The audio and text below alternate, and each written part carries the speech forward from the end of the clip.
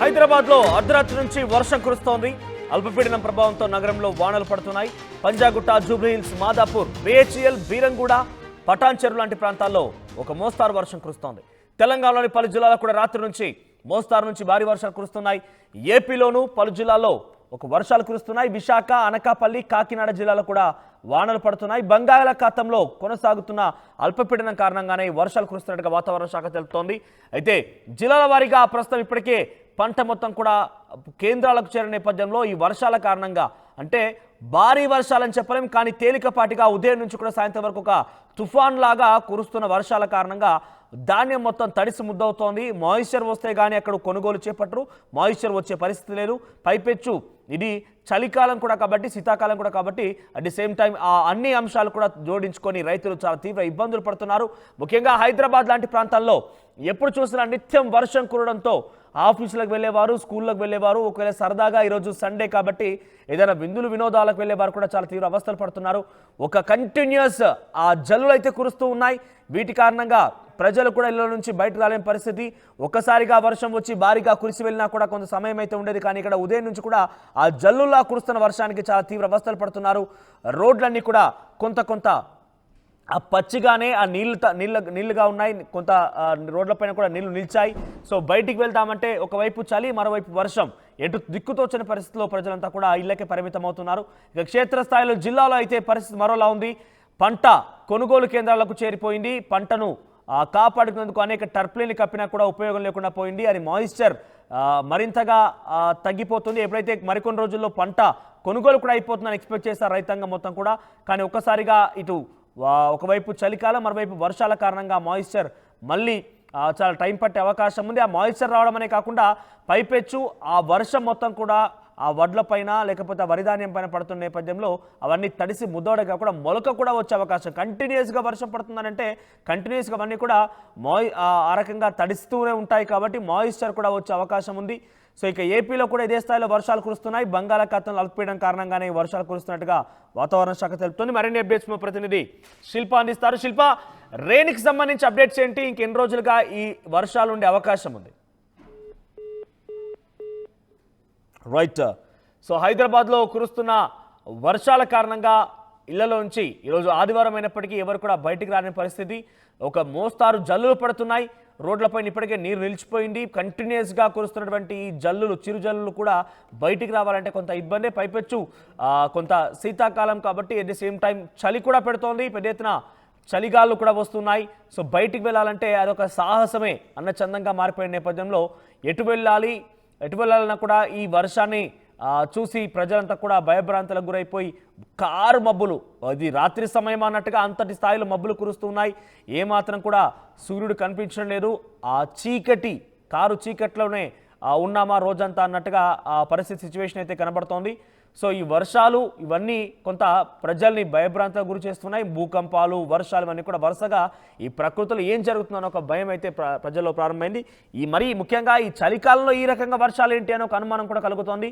మరిన్ని అప్డేట్ శిల్ప అందిస్తారు. శిల్ప, ఇంకా ఎన్ని రోజుల పాటుగా ఈ వర్షాలు కురిసే అవకాశం ఉంది? కారు మబ్బులు కమ్ముకున్నాయి. ప్రజలు ఎవరు బయటకు రావాలన్నా కూడా మనం పూర్తిగా చీకట్లోనే ఉన్నామా అన్న రకంగా ప్రజెంట్ సిచ్యువేషన్ అయితే మారిపోయింది. అప్డేట్స్ ఏంటి? గతంలో ఎప్పుడు లేని విధంగా చలికాలంలో వర్షాలు అనేవి వరుసగా నమోదవుతూ వస్తున్నాయి. మొన్న తుఫాన్ ప్రభావంతో రాష్ట్ర వ్యాప్తంగా మోస్తారు నుంచి భారీ వర్షాలు నమోదయ్యాయి. ఆ తుఫాన్ ప్రభావం బలహీనపడడంతో మరోసారి ఏదైతే అల్పపీడనం ఆగ్నేయ బంగాళాఖాతంలో అల్పపీడనం అనేది ఏర్పడింది. అది రానున్న 24 గంటలు మరింత బలపడే అవకాశం ఉందని ఇప్పటికే వాతావరణ శాఖ చెప్పింది. దీని ప్రభావంతోనే నిన్న అర్ధరాత్రి నుంచి రాష్ట్ర వ్యాప్తంగా అటు నగరంలోను కావచ్చు, ఇటు జిల్లాలకు కావచ్చు, అన్ని చోట్ల కూడా మోస్తారు వర్షాలు పడుతున్నాయి. ముఖ్యంగా మనం హైదరాబాద్లో చూసుకున్నట్లయితే ఒకవైపు బిహెచ్ఎల్ కావచ్చు, అదేవిధంగా పంజగుట్ట, మాదాపూర్ ఈ ఏరియాల్లో మొత్తం కూడా వర్షాలు అనేవి నమోదవుతున్నాయి. మొత్తం మీద చలికాలంలో మనం చలిని ఎక్కువ ఫీల్ అవుతుంటాం, కానీ ఈసారి ఒకవైపు తుఫాను ప్రభావంతో ఉష్ణోగ్రతలు అనేవి సాధారణ స్థాయిగా, కనిష్టంగా పడిపోయిన ఉష్ణోగ్రతలు అనేవి సాధారణ స్థాయికి వచ్చాయి. మరోసారి బంగాళాఖాతంలో అల్పపీడనం ఏర్పడంతో ఈసారి ఉష్ణోగ్రతలు అనేవి ఎక్కువగా నమోదవుతున్నాయని చెప్పుకోవచ్చు.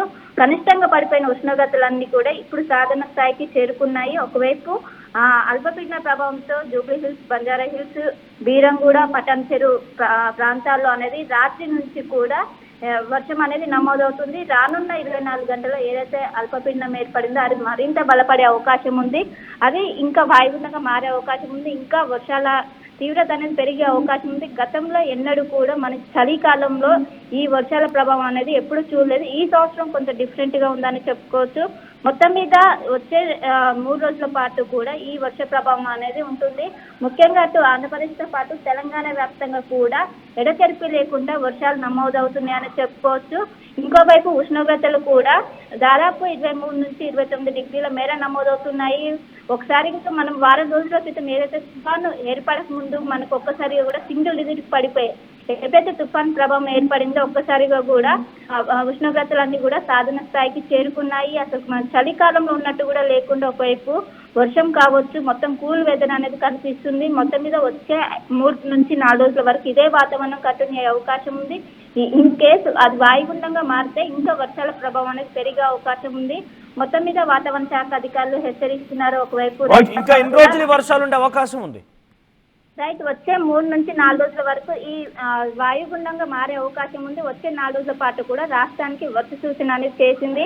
ముఖ్యంగా రైతులు అనేది ఐకేపీకి తరలిస్తున్నారు. వాళ్ళందరూ జాగ్రత్తగా ఉండాలి. ధాన్యం తడిసే అవకాశం ఉంది. వాళ్ళందరూ కూడా జాగ్రత్తలు తీసుకోవాలి.